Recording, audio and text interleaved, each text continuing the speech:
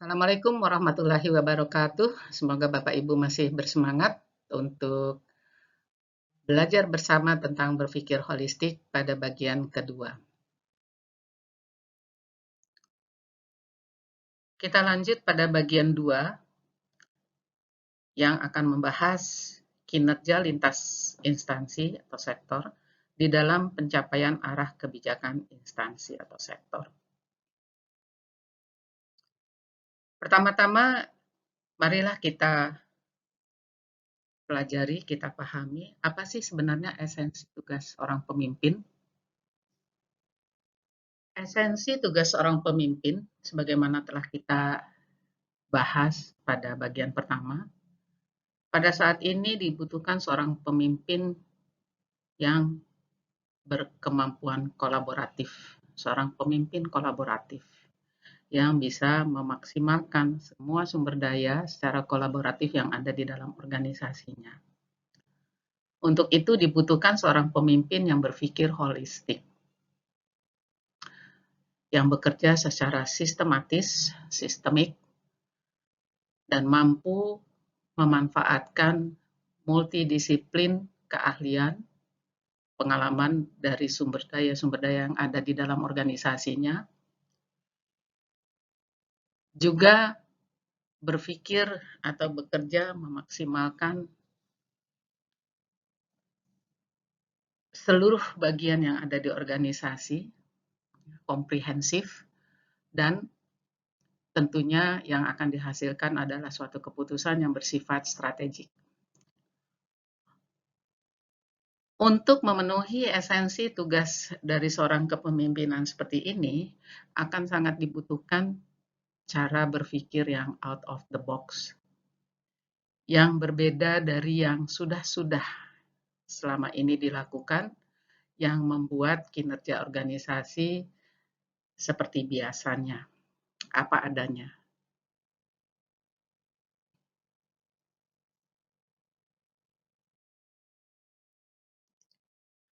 Bagaimana organisasi bekerja dan mengukur tingkat kinerja organisasi.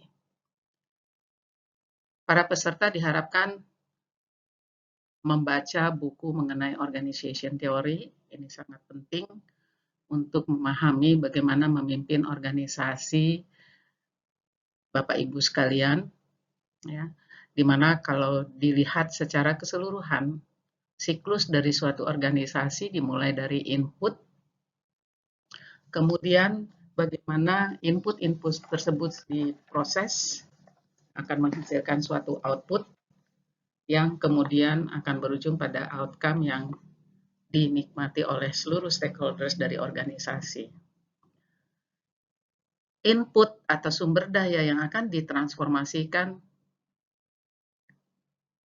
terdiri dari berbagai hal, mulai dari sumber daya manusia, sumber dana, mandat yang dipunyai oleh organisasi, tentunya juga para pelanggan, supplier, juga waktu untuk melakukan proses transformasi tersebut. Sedangkan dalam proses transformasi yang harus diperhatikan oleh seorang pemimpin adalah staf yang ikut serta di dalam proses transformasi tadi, kemudian bagaimana infrastruktur dan fasilitas yang ada pada suatu organisasi, peralatan yang dipergunakan, infrastruktur, kemungkinan peralatan-peralatan di bidang IT. Nah, dalam proses transformasi ini tentunya perlu dibangun suatu indikator-indikator yang perlu ditetapkan untuk memastikan transformasi proses ini berjalan sebagaimana seharusnya, sehingga akan dihasilkan suatu output sesuai dengan apa yang diembankan pada organisasi kita, yang akan berujung kepada outcome yang manfaatnya akan dirasakan oleh seluruh atau dinikmati oleh seluruh stakeholders kita. Tentunya outcome ini tentu akan diperbandingkan oleh para beneficiary dari organisasi kita untuk dilihat apakah organisasi kita telah berproses berjalan sesuai dengan mandat yang diemban pada organisasi. Disinilah Bapak Ibu sekalian bisa mengukur bagaimana proses kepemimpinan Bapak Ibu sekalian yang memastikan transformation proses tadi dari input menghasilkan output apakah telah cukup optimal atau masih ada hal-hal lain yang masih bisa dimaksimalkan lebih lanjut. Adapun unsur penentu di dalam suatu organisasi yang efektif dikenal dengan istilah the structure in five, ini dikenalkan oleh Henry Mintzberg. Dikatakan ada 5 unsur penentu yang menghasilkan suatu kelola atau tata kelola atau pengelolaan organisasi yang efektif. Struktur itu terdiri dari strategic apex atau manajemen puncak, kemudian level technostructure, support staff, middle line manager, dan operating core. Adapun strategic apex atau manajemen puncak itu punya tanggung jawab untuk memastikan bahwa organisasi telah melaksanakan misinya secara efektif dan juga melayani kebutuhan orang-orang yang mengendalikan atau memiliki kekuasaan terhadap organisasi. Sedangkan level technostructure ini terdiri daripada para analis yang melayani organisasi dengan mempengaruhi pekerjaan orang lain dari hasil-hasil analisisnya.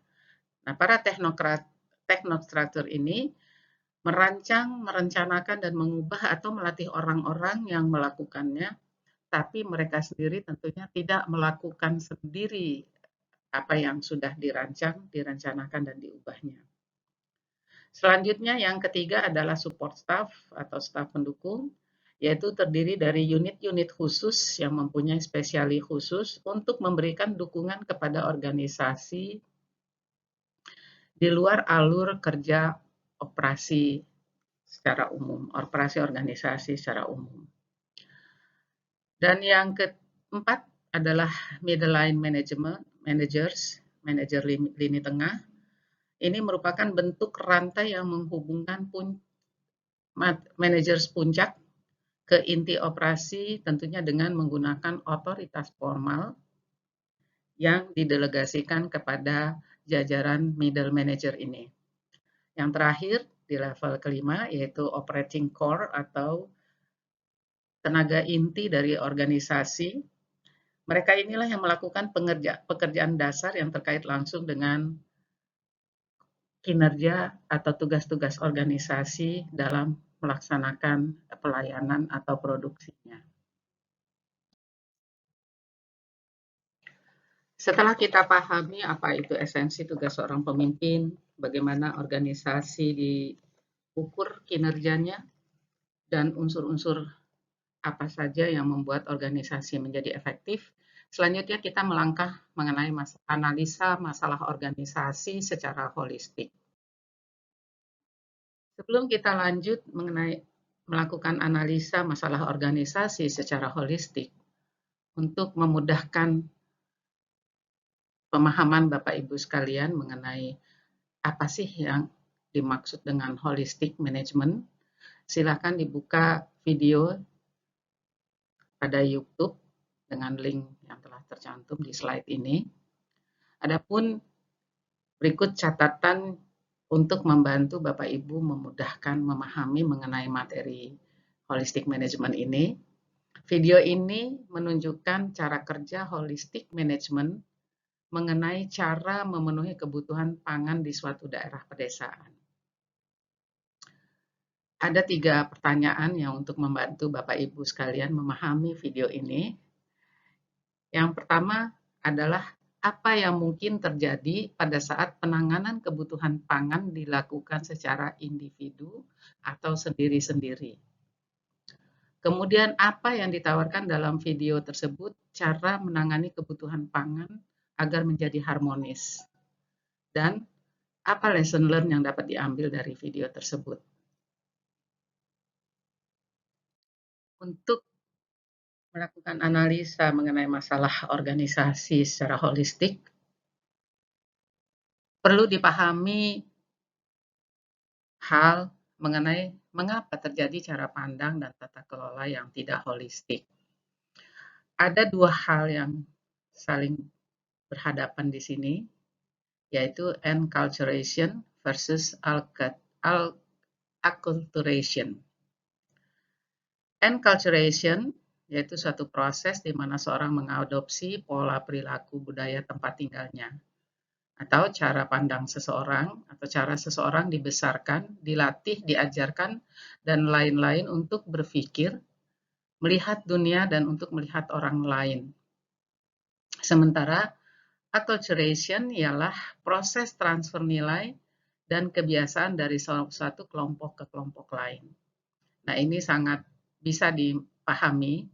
Masing-masing organisasi tentunya mempunyai budaya dan cara kerja masing-masing. Untuk merumuskan suatu strategi yang bersifat holistik, hal tersebut, masalah enculturation dan acculturation ini menjadi suatu poin penting yang harus diperhatikan, sehingga konflik-konflik yang mungkin terjadi dalam proses perumusan strategi yang bersifat holistik ini bisa diminimalkan.